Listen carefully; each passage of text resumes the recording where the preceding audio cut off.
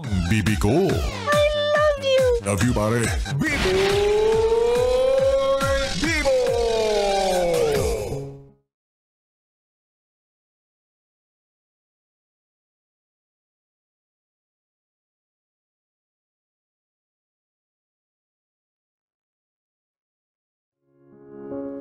Bibi, ito na ang sulat na dapat ay mapakinggan mo.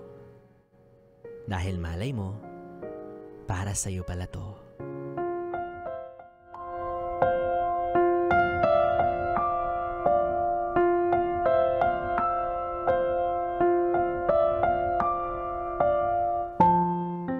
To my ex-boyfriend, Alvin. Hello. It's weird na kinailangan ko pang ipadaan dito yung mga gusto kong sabihin sa'yo when in fact, nag-uusap pa rin naman tayo. Way back 2018, during our senior high school years, nagkakilala tayo sa school natin sa BGC. We were classmates. Pero hindi ka naman kapansin-pansin para sa akin. Pero ikaw, ramdam kong meron kang lihim na pagtingin. Lagi kang inaasar ng mga tropa mo sa akin at dahil mahiyain ka at hindi gaanong nagsasalita, alam ko na agad na imposible para sa'yo na aminin yung nararamdaman mo. Pero hindi ko rin naman gusto na mag-confess ka since hindi naman ikaw yung typical ng guy na type ko. Fast forward to my 18th birthday in February. Just like other classmates, invited ka. Pero wala ka sa listahan ng mga 18 pasabog ko like 18 roses, 18 wishes, 18 gifts. Simpleng bisita ka lang kumbaga. But since may iilan sa mga 18 roses ko na hindi nakapunta, your friends pushed you para maging proxy. Habang nagsasayaw tayo, wala pa agad akong romantic feeling na nararamdaman para sa'yo. Pero after ng celebration, merong konting inuman na naganap. At doon ay patuloy ka pa ring tinutokso ng mga kaibigan mo sa akin. Hindi ko alam pero habang pinagmamasdan kita parang nakukitan na ako sa'yo that time. Kasi wala kang imik. Pangiti-ngiti ka lang at halatang pinagpapawisan kasi basang-basa na yung suot mong red na long sleeves. At mula nun, sabi ko sa sarili ko, what if bigyan kita ng chance? Kasi ramdam ko naman na mabuti kang tao.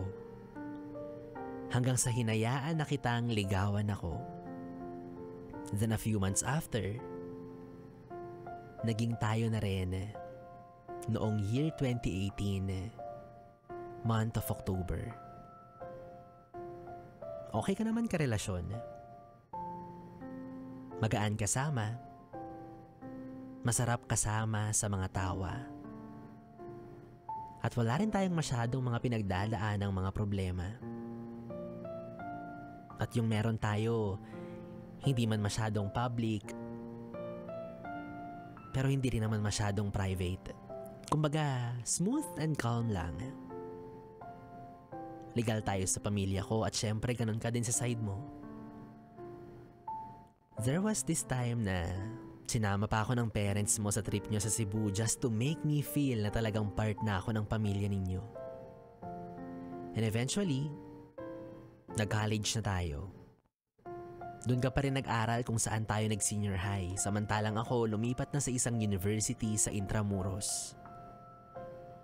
Despite the challenges na nararanasan natin sa pag-aaral, tuloy pa rin yung relationship natin and surprisingly, we're both achievers. Ang galing, no? Talagang inspired tayo sa isa't isa. Hanggang sa makagraduate na tayo at magkaroon ng kanya-kanyang trabaho. Pinili na natin ang mag-live-in para lagi na tayong magkasama kasi 5 years na rin naman tayong magjowa. Kaso, Doon pala magsisimula na mas makilala natin ang isa't isa. Dumadalas yung away sa mga maliliit na bagay. Magkasama nga tayo pero parang hindi na rin naman tayo magkakilala.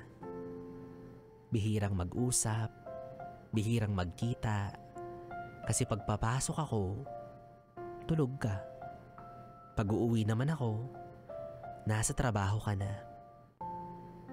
Kaya nakaramdam ako ng onting umay at pagkasawa.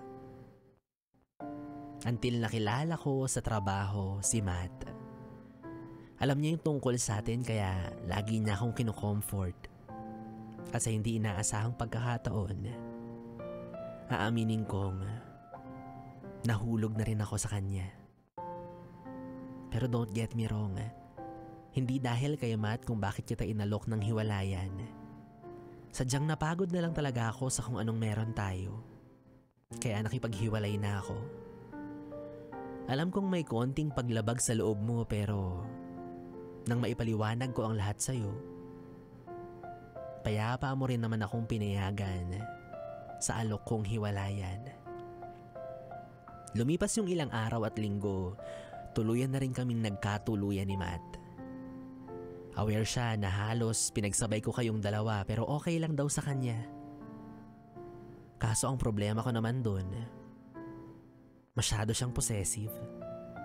Gusto niya sa kanya lang lagi yung atensyon ko. Na para bang sa kanya lang dapat iikot yung mundo. To the point na nag-resign siya sa trabaho namin para lang mas mabantayan ako at mahihatid sundo. Although, nakakatuwang isipin. Pero parang hindi praktikal para sa akin. Sa puntong to, nakaramdam ako ng pagsisisi na what if hindi na lang ako nakipaghiwalay sa'yo? Kaya naman minessage kita. Umaasang baka pwede pa.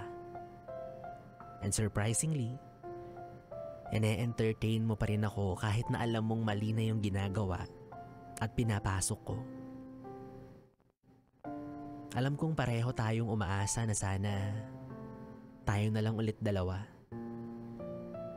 Kaso hindi natin totally magawa kasi may Matt na sa eksena.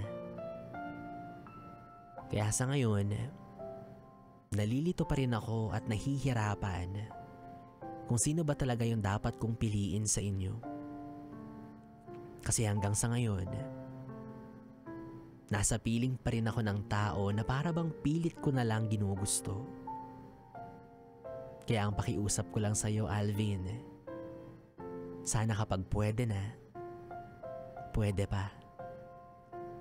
Kasi mahal na mahal pa rin kita. BBC B-Boy Bibo Confessions. Yes, it's me. Tina.